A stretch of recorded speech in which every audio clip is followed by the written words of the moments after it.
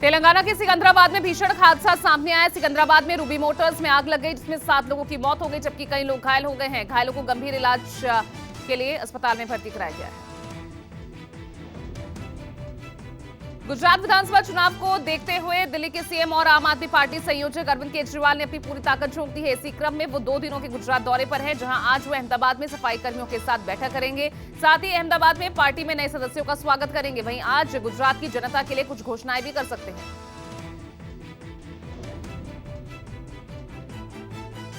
आम आदमी पार्टी के संयोजक अरविंद केजरीवाल 2 दिनों के गुजरात दौरे पर है। लगातार जनता के बीच अपनी छवि बनाने में जुटे हुए हैं। अपने दौरे के पहले दिन अहमदाबाद में केजरीवाल ने ऑटो रिक्शा की सवारी की, फिर ऑटो चालक विक्रम भाई दंतानी के निमंत्रण पर उनके घर रात्रि भोजन के लिए पहुंचे और जमीन पर बैठकर खाना खाया।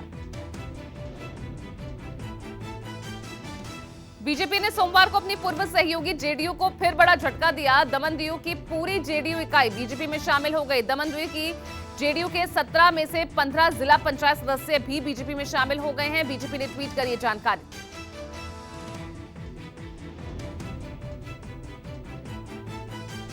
ज्ञानवापी फैसले पर एआईएमआईएम चीफ असदुद्दीन ओवैसी का बड़ा बयान सामने आया। उन्होंने कोर्ट के आदेश पर चिंता जाहिर करते हुए कहा कि इस तरह के फैसले से 1991 के वर्शिप एक्ट का मतलब ही खत्म हो जाएगा। उन्होंने कहा कि ज्ञानवापी केस भी बाबरी मस्जिद के रास्ते जाता दिख रहा है। ओवैसी ने कहा कि कयामत तक मस्जिद रहेगी। उन्होंने मुस्लिम पक्ष को हाईकोर्ट जाने की सलाह दी।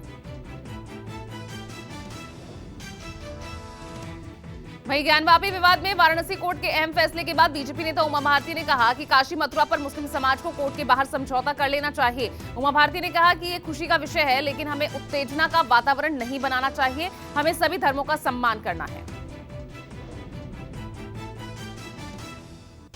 कांग्रेस की भारत जोड़ो यात्रा के छठे दिन राहुल गांधी ने तिरुवनंतपुरम में एक सभा को संबोधित किया। इस मौके पर राहुल गांधी ने बीजेपी पर जमकर हमला बोला। उन्होंने कहा कांग्रेस की पदयात्रा से बीजेपी बेचैन और परेशान है। उन्होंने कहा कि यात्रा के दौरान मिल रहा लोगों का प्रेम और उनके चेहरे की खुशी ही हमारी ताकत है, हमारी ऊर्जा है।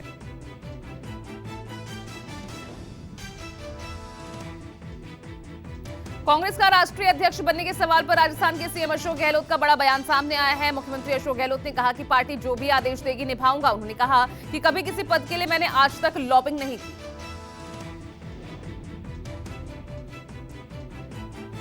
मुंबई क्रिकेट एसोसिएशन चुनाव को लेकर सरगर्मियां तेज हो गई है। 28 सितंबर को मुंबई क्रिकेट एसोसिएशन का चुनाव होना है। खबर है कि शिंदे गुट अब मुंबई क्रिकेट एसोसिएशन से उद्धव गुट को बाहर करने की तैयारी में है। इसी कड़ी में एमसीए की एनुअल जनरल मीटिंग बुलाई गई, जिसमें शरद पवार, आदित्य ठाकरे और आशीष शेलार जैसे बड़े नेता शामिल होंगे।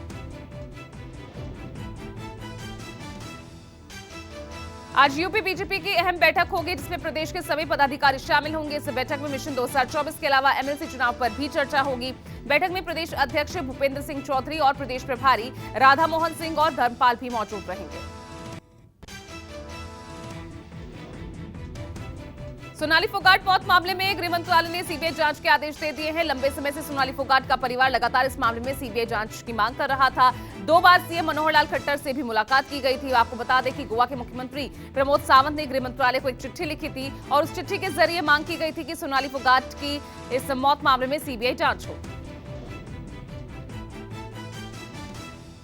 नेपाल के विदेश सचिव भरतराज पौड्याल आज भारत के दौरे पर रहेंगे। नेपाल और भारत के विदेश सचिव दिल्ली में आज और कल वार्ता करेंगे। भरतराज पौड्याल भारतीय विदेश सचिव विनय मोहन क्वात्रा के निमंत्रण पर इस बैठक में भाग लेंगे। दोनों देशों के विदेश सचिवों के बीच करीब 2 साल बाद ये बैठक होने जा रही है। दोनों पक्ष संस्कृति और शिक्षा क्षेत्र में सहयोग से संबंधित 6 एमओयूज पर हस्ताक्षर करेंगे। पश्चिम बंगाल में सीबीआई और ईडी की ताबड़तोड़ कार्रवाई पर सीएम ममता बनर्जी ने केंद्र के खिलाफ फिर गुस्सा जाहिर किया है। उन्होंने कहा कि देश में एजेंसी राज चल रहा है। केंद्रीय एजेंसियों के खिलाफ टीएमसी सरकार 19 सितंबर को विधानसभा में प्रस्ताव लाएगी। केंद्रीय एजेंसी के खिलाफ निंदा प्रस्ताव पर 2 घंटे चर्चा होगी।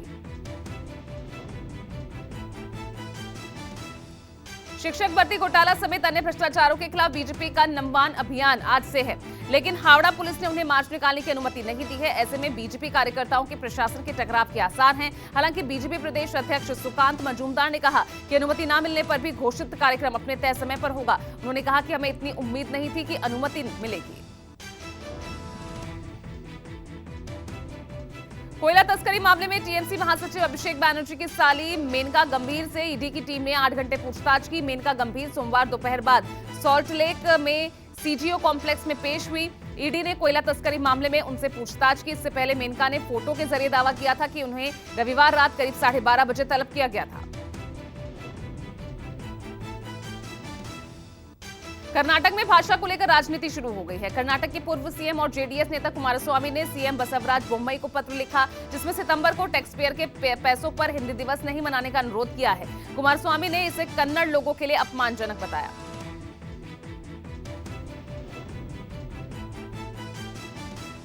राम जन्मभूमि ट्रस्ट के महासचिव चंपत राय का बड़ा बयान सामने आया है। चंपत राय ने कहा कि अयोध्या के भव्य राम मंदिर का गर्भगृह दिसंबर 2023 तक बनकर तैयार हो जाएगा और इसके 1 महीने के बाद जनवरी 2024 तक भगवान राम की प्रतिमा मंदिर में स्थापित की जाएगी। चंपत राय ने कहा कि राम मंदिर के निर्माण में 1800 करोड़ रुपए खर्च होंगे।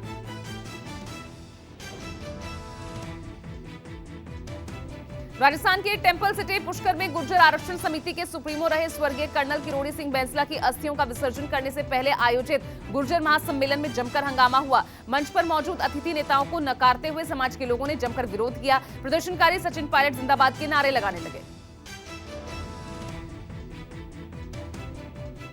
महाराष्ट्र के पालघर से सोते सिस्टम की एक दर्दनाक तस्वीर सामने आई है, जहां मूलभूत सुविधाओं के अभाव में एक महिला की जंगल में डिलीवरी करानी पड़ी। ये स्थिति महिला के गांव से शहर के लिए सड़क नहीं होने और गांव में मेडिकल की कोई सुविधा उपलब्ध नहीं होने की वजह से बनी। जोधपुर जिले के फलोदी शहर में एक शिक्षक का हैवानियत भरा वीडियो सामने आया है, जिसमें साफ देखा जा सकता है कि कैसे शिक्षक अपनी पत्नी और बेटी के साथ बड़ी बेरहमी के साथ मारपीट कर रहा है। और सिर्फ इतना ही नहीं, जब इतने से भी इसका मन नहीं भरा तो इस शैतान ने पत्नी को अर्धनग्न अवस्था में धूप में बैठा दिया और खुद अंदर खाना खाने बैठने लगा। वीडियो वायरल होने के बाद पुलिस ने शिक्षक को गिरफ्तार कर लिया है।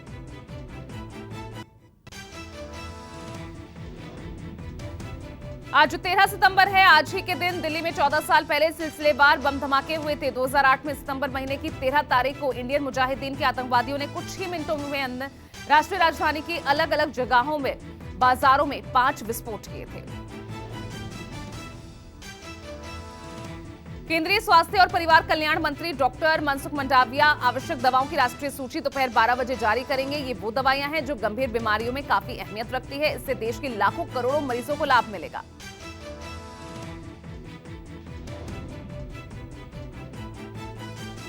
कोटा के दशहरा मैदान में देश के तीसरे राजस्थान के पहले डिफेंस एक्सपो का आयोजन किया गया। डिफेंस एक्सपो में रक्षा राज्य मंत्री अजय भट्ट और लोकसभा स्पीकर ओम बिरला ने शिरकत की। इस मौके पर अजय भट्ट ने कहा कि आईएनएस विक्रांत ने दुनिया को हिलाकर रख दिया। हम जल थल नभ में महाशक्ति बने। वहीं ओम बिरला ने कहा कि रक्षा क्षेत्र में एमएसएमई सेक्टर को विकसित कर कोटा का औद्योगिक गौरव लौटाएंगे।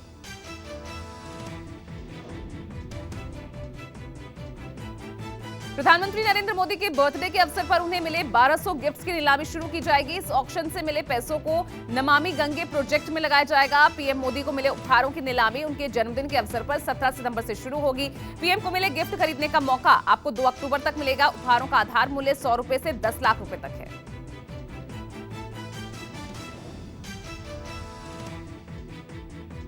दिल्ली वासियों के लिए कोरोना को लेकर राहत भरी खबर है। दिल्ली में 24 घंटे में कोरोना के 63 नए केस सामने हैं। वहीं कोरोना से एक मरीज ने दम तोड़ा। दिल्ली में पॉजिटिविटी रेट 1.83% हो गया है, जबकि पिछले 24 घंटों में 160 मरीज ठीक हुए हैं और दिल्ली में एक्टिव केसेस की संख्या 619 है।